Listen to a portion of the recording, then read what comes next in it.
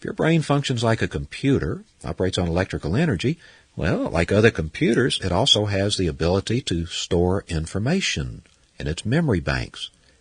Now, as you store this information, you can then retrieve this information. You can use this information for problem solving, for making decisions. So it becomes pretty important what information is in there, isn't it? There's a computer term, GIGO, GIGO, garbage in, garbage out. It applies to the brain too. Whatever you put in the brain, whatever you put in your computer's memory banks, that's what you're going to have to make decisions on. There's a lot of simple things, like somebody who may go around saying, oh, that makes me sick to hear about that. That now is an instruction going into the brain. Oh, it's not going to affect you right away, but sooner or later it's going to have an effect on you, isn't it? It will do it eventually. Somebody says, oh, that person gives me a headache. Whenever they show around, they give me a headache. Well, only if they hit you in the head. Otherwise, you are creating the headache yourself. You keep telling the brain that. You know you don't mean it, but you keep putting that information in the computer, and sooner or later it's going to start to happen.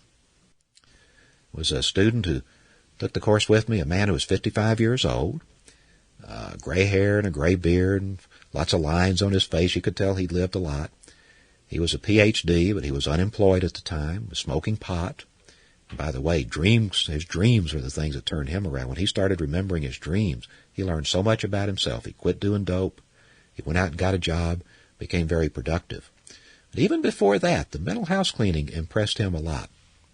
He came back for the second half of the course, and he says, I've been thinking about this mental house cleaning. He says, there are certain expressions that I use. I say things like, I can't see that. It gives me a headache, and it's a pain in the, so let me put it this way. I wear glasses, I have migraines, and I have hemorrhoids. Could it be a coincidence? Or maybe holding those thoughts over and over, saying those things over and over, maybe the brain finally said, okay, let's create that. Whatever you believe you can do or believe you can't do, that's pretty much right for you. If you go around saying, oh, I could never be successful at such and such, you're really cutting off your options. You no longer have the option to be successful. Why not say, I'm going to give it a try. Maybe I could just do that. Maybe I could. Then at least you're giving yourself a chance to do whatever it is you want to do. See, the key is the mental picture that you have. If you say, well, I don't know, public speaking frightens me. I'm not sure I want to get up and give a speech. I get so scared. What picture are you creating? You're creating a picture of yourself being scared. And what's going to happen when you get up there? You're going to be scared. What happens if you get up and say, I'm going to give it a try. I think I can do this. Maybe not, but I think I can do this. I'm going to get up and see. And you imagine yourself giving the talk and not being frightened. Then what's your brain going to do? It's going to try to create whatever you picture in your mind. There was a story that one instructor told one time that pretty much illustrates that. The story is about somebody who's walking along the beach one day, and they see this old bottle laying out there. It's kind of an interesting-looking bottle. So they picked up the bottle, brushed the sand off of it, and while they're rubbing the sand off of it, out pops a genie. Oh, and his genie is so grateful, says, oh, you freed me from the bottle. Thank you so much for doing this.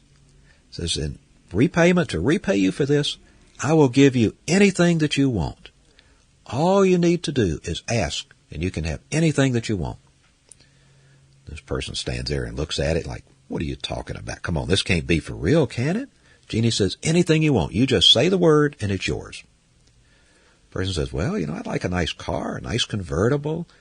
So Genie says, okay, master, you've got it. Boom. And there's a convertible right up in the parking lot, right up over the dunes. There's this beautiful, bright red convertible. This guy goes up there and he takes a look at this convertible, and there it is, registration in his name and everything.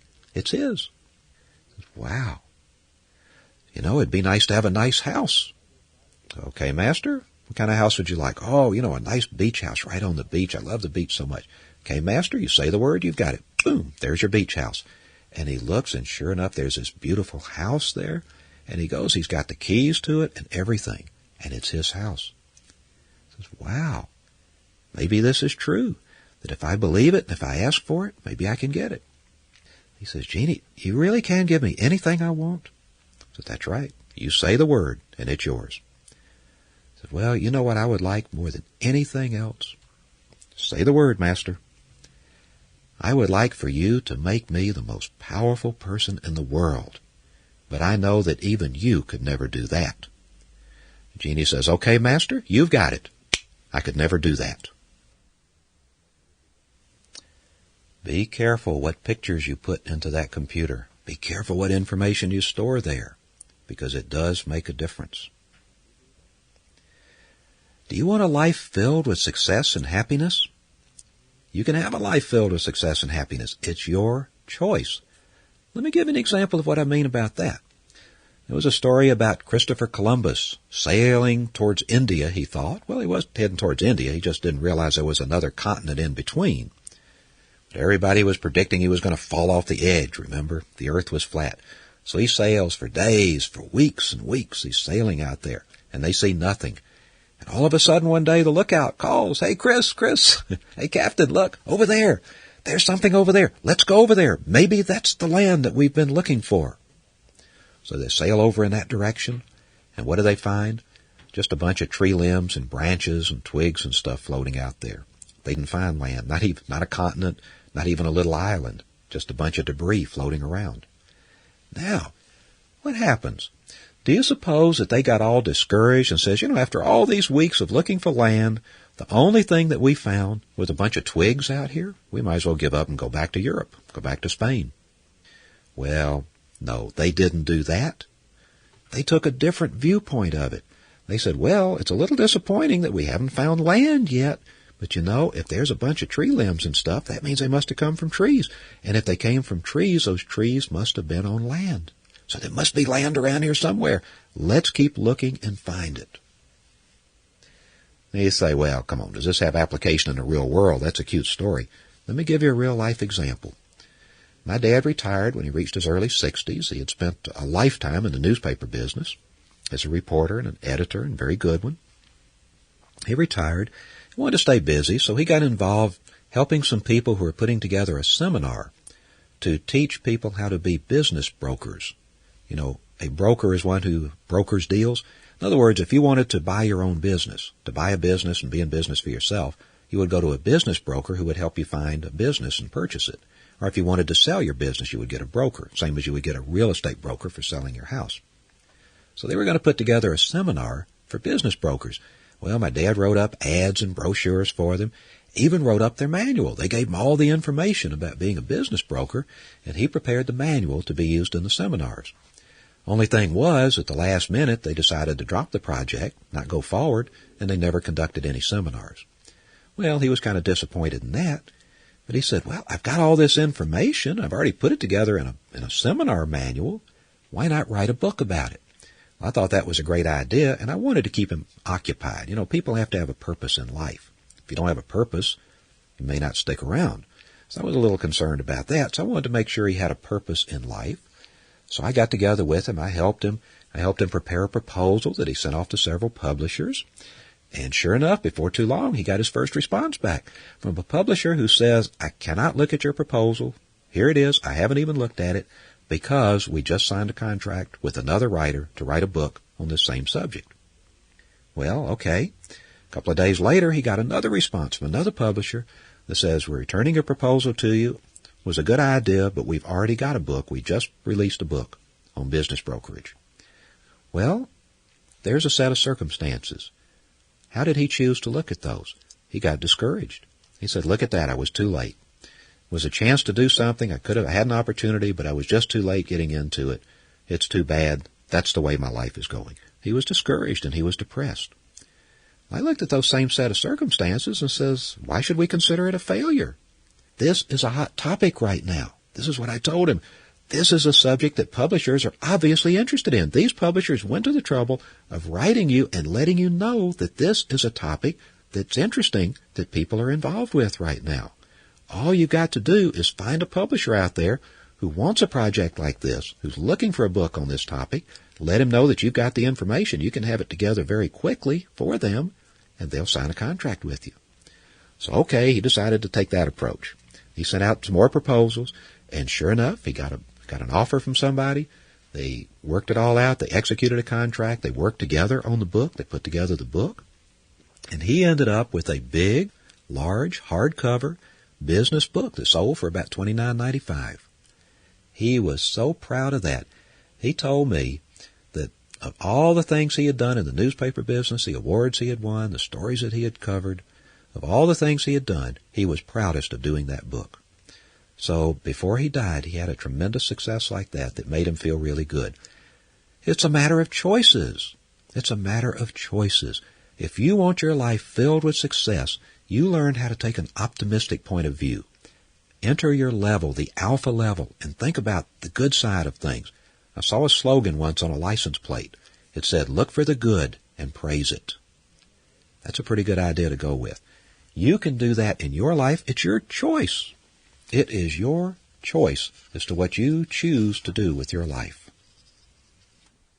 I want to share with you now the secret that Jose Silva learned through his research, through his observations of super successful people over many decades. A secret that is a key to all great success and happiness and sense of satisfaction. I'm going to give you a secret that will make all the techniques of the Silva method really work for you. What Jose Silva realized as he studied both the unsuccessful people, the failures, and the successful ones, what he realized as he worked and confirmed over and over again as he worked with thousands of people, what he learned was that a correct sense of values is an important factor of success. In fact, this was so important to Mr. Silva in his work as a holistic faith healer. He was a very successful holistic faith healer. There's one story that he tells. He thought he was onto something. He thought that his research was producing something that was really going to be valuable, but he wanted to be sure. So he took 10 people who were sick, who were in the hospital, who had serious illnesses, chronic illnesses. Many were expected to die. None were expected to recover from their illnesses. So he said, if I'm really on to something here, if I'm really learning how to use my mind, if I'm really learning something about holistic faith healing, I want real concrete evidence to back me up. So he began to work on those 10 people. As he needed it, he would work on them. He said he felt that if one of those people got well and recovered, who was not supposed to, who was not expected to, if one of them recovered, that would be a good sign, but it could be a coincidence. But if 2 of them recovered out of those 10 who were not expected to recover, that would be confirmation that he was headed in the right direction. Well, he continued to work on those people. 1 recovered, 2 recovered. Eventually, over a 3-year period, every single one of those 10 people got over their illnesses, recovered from their problems. That showed him in no uncertain terms that he was really on to something good.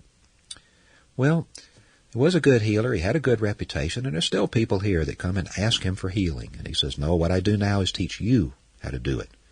So there's too many people in the world for me to heal everybody personally. So he now concentrates his attention on training the rest of us on how to heal people. But a sense of values was so important to Mr. Silva that he made sure that he talked with the patients before he'd work on them. Here's what he wrote about this in his autobiography, about the necessity for a correct sense of values. This is a direct quote from his autobiography. He said, I would ask the patient some questions, such as, do you really want to be healed? And I would add, because my time is very valuable and I do not intend to waste it. Of course, the answer was always, yes, I want to be healed. Some even felt insulted by my asking such a question. The next question was, why do you want to be healed? Now, if their answer was to be a better wife, or husband, or son, or daughter, and help by being a perfect human being who will help solve the problems of my neighborhood, my city, my state, my nation, if they answered like that, then there was no more to say. I would go on to work and help the patient. But if the answer centered on how the patient needed to live it up, to enjoy life, not helping anything or anybody, then I would try to straighten out the patient's way of thinking before starting the healing. This comes from Volume 1 of his autobiography, page 245. Let me mention right here that I realize that not everybody is ready to accept all of these ideas. For instance, the idea that if the patient isn't willing to honor his responsibility on this planet, that it's going to be very difficult to heal that patient. That's fine if you don't buy these ideas. Feel free to study them. Take as long as you need to examine them and determine their worth. You can accept or reject anything I say, anytime, during our discussions, during the conditioning cycles. However, you do have another option that I would suggest that you consider, I would submit for your consideration.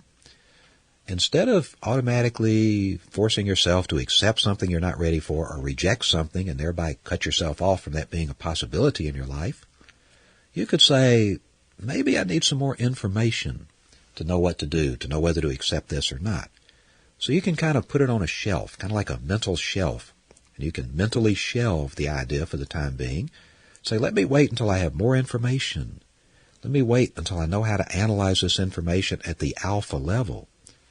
Because, see, the alpha level is the spiritual level. And a lot of times we view things differently from that level.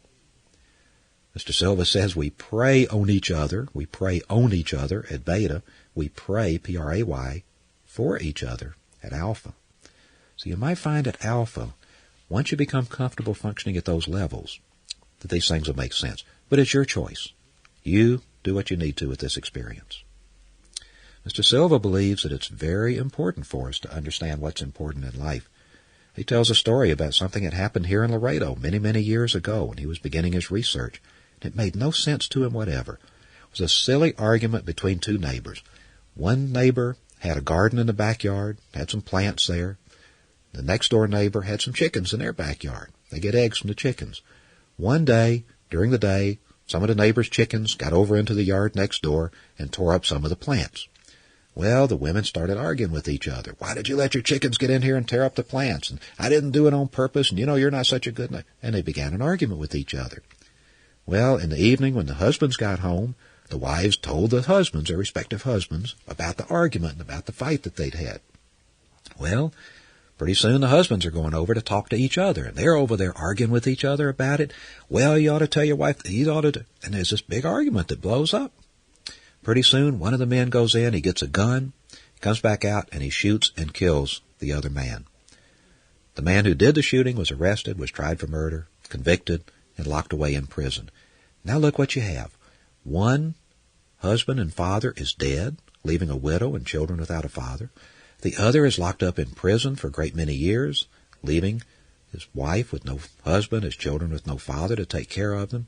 2 families ruined, 2 lives ruined, simply because a chicken got over into a neighbor's yard and tore up a few plants. Is it really worth that? We've got to get our sense of values right, according to Jose Silva. We've got to put things into perspective and focus on what's really important. Well, what is really important? It's important that we fulfill our mission in life, that we do what we were sent here to do. And I submit for your consideration that your mission seems to be to help correct problems and make the world a better place to live. Now, why do we feel that way? Why does Mr. Silva feel so strongly about that, and those of us who take this course and who understand this? There are 2 reasons. Our observations of successful people over a great many years, as the people who are the most successful in all areas, who are successful financially, who are successful in health, who are successful in their relationships, and all other ways, they function this way.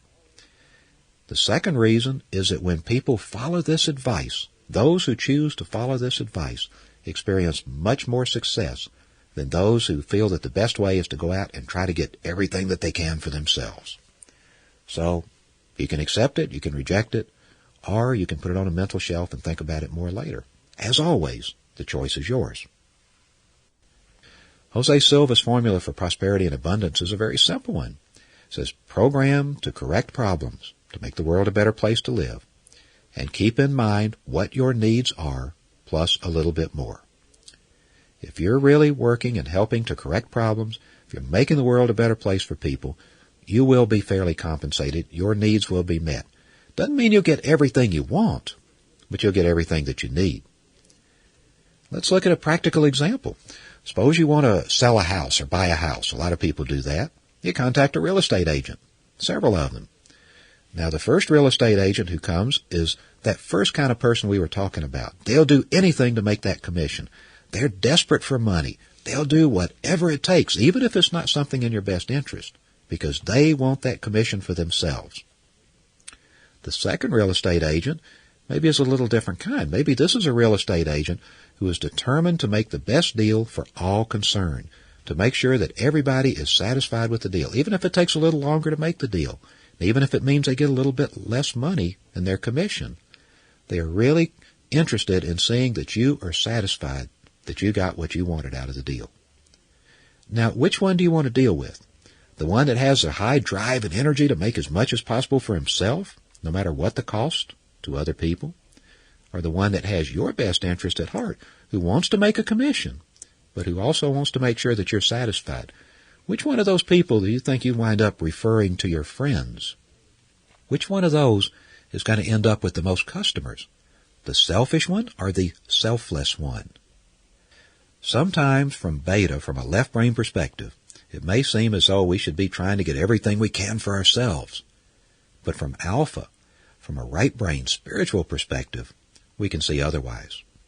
The truth is that success and happiness and prosperity and satisfaction come not so much from what we get, but from what we give. Just remember, though, keep in mind that you must have a balance. You give and you also receive. If you do not permit the people that you give to compensate you, then you're cheating them out of the wonderful opportunity to gain all of the benefits of giving. So be unselfish. Keep a balance in your life between giving and getting. Do what you can to correct problems when it's appropriate and accept the compensation that comes with that. Expect it and accept it. Now, one other point to keep in mind here. You are not the sole judge of the value of your problem-solving efforts. You could be out there working very hard, digging ditches, but if the ditches don't help anybody or solve any problems, then all of your hard work has no value. So it's not hard work that we're compensated for. It is the problems that we solve and the value of the problems that we solve. How do you determine the value of the work that you do? You determine it by the compensation that you receive. When you are doing things that are necessary and beneficial for humanity, that are really correcting problems, then you'll get everything that you need in your life. You know, it's not always a direct compensation. Don't expect that. When you do $5 worth of work for somebody, they may not give you $5 in compensation for that, or you may not even see it directly. But overall, you will be compensated. Jose Silva tells a story, and this is in his autobiography also, tells a story about a time when he was working to heal a man in Nuevo Laredo, Mexico. He was driving over 3 times a day across the international bridge into Mexico, paying the tolls to go over, paying a toll to come back, using his own gasoline, working on this man. Doctors had not been able to help this man. Even the Rosicrucians had tried with all of their healing techniques. They had not been able to help this man. The Brujos had not been able to help. Jose Silva wanted to try his techniques that he was studying. So for 30 days, 3 times a day, he drove across the bridge. He worked on the man with his holistic faith healing techniques. And at the end of that 30 days, the man was cured.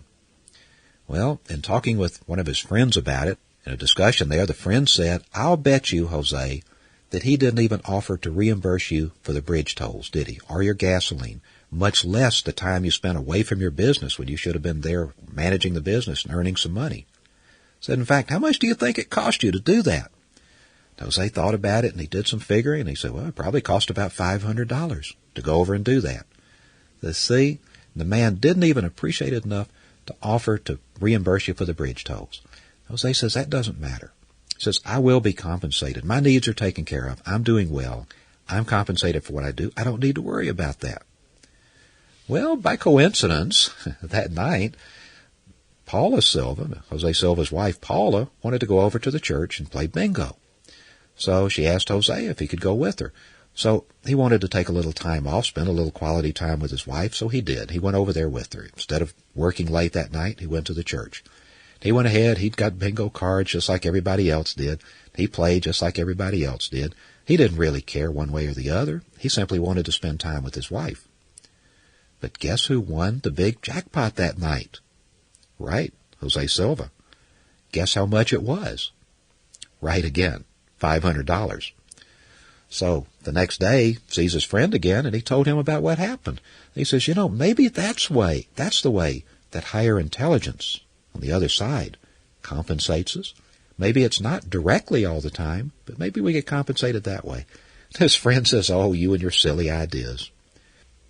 Well, Mr. Silva is so convinced that this is correct that at the very strongest part of the conditioning cycle, right at the very end of it, just before you come out of level, let me read to you the statements that he has, and we'll include this in the next conditioning and all of them from here on. Here's a statement. It says, you will continue to strive to take part in constructive and creative activities to make this a better world to live in, so that when we move on, we shall have left behind a better world for those who follow. You will consider the whole of humanity, depending on their ages, as fathers or mothers, brothers or sisters, sons or daughters. You are a superior human being. You have greater understanding, compassion, and patience with others. Let's look at that statement for just a moment. You will continue to strive. Doesn't say you have to accomplish everything that you go out for, but make an honest effort to take part in constructive and creative activities to make this a better world to live in. That's simple enough, isn't it? The Creator, if you want to be close to the Creator, then help the Creator with the creation. The Creator is not a destroyer. It is tragic that so many of the wars going on in the world right now today and throughout history have been fought over religion. People are destroying each other, destroying the creation of the Creator in the name of the Creator. It's not a destroyer, it's a Creator. We have an obligation to take part in constructive and creative activities to make it a better world to live in. Better for everybody. Nobody should suffer in the process of making it a better world. That's how you determine what's right. So that when we move on, we shall have left behind a better world for those who follow. That seems like kind of a silly statement in a sense, doesn't it? I mean, aren't we here to have more success for ourselves? What do we mean, leave behind a better world for those who follow? I asked Mr. Silva one day, it finally dawned on me what he was talking about. I said, that's a statement of unselfishness, isn't it? To help correct problems and to do it because that's what we're here for and that's what we should be doing and that's right. Not because we'll be compensated, but because it's the right thing to do. So when you're doing it for someone who cannot compensate you, because it's people who will be here after we're gone who are going to benefit, then that really makes it unselfish, doesn't it? And he didn't even say yes or no. He looked with just such a brightness in his eyes that somebody had finally figured out what he was talking about. And he said, Ed, if it weren't for that attitude, we wouldn't have this course today. That's how powerful that is. He didn't do his research to make money. He spent 22 years investing his own money, $500,000 in 22 years. He was delving into new areas that people didn't know about. He was criticized by businesses, by his friends, even by his church, because they didn't know what it was that he was doing. They didn't understand, and there's always that fear of the unknown. He did it because he felt that he was being led to research and to study and to find out how to help people do better. Everyone who asked him for help, he helped them for free. He never accepted a penny. He even tried to give the work to the government in 1966 after 22 years. He tried to give all of his research to the government, and they turned it down. The National Institute of Science sent him a letter and turned him down. Tried to give it to the church. They weren't interested either. So many people wanted the work. He said, the only way that I can do this on a full-time basis is to earn income from it. So let me see if it'll work that way. And it did. People were willing to pay. But he did the work. He made the contributions first. He did what he was supposed to do. His needs were always met. He had a business that provided enough money that he could afford to do all of this. He stuck with it.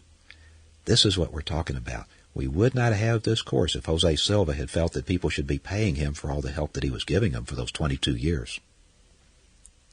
The next part of the statement, you will consider the whole of humanity, depending on their ages, as fathers or mothers, brothers or sisters, sons or daughters. A lot of people go around and saying, all men are brothers, you're all my brothers and sisters on this planet. That's not quite right. We respond one way to brothers and sisters, people within 15 years or so of our own age. How about people, somebody 20, 30 years older than us?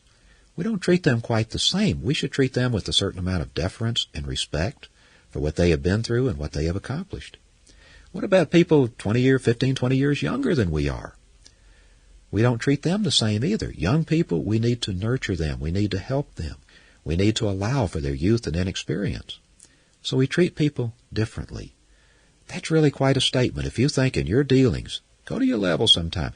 Review the day. All the people that you dealt with.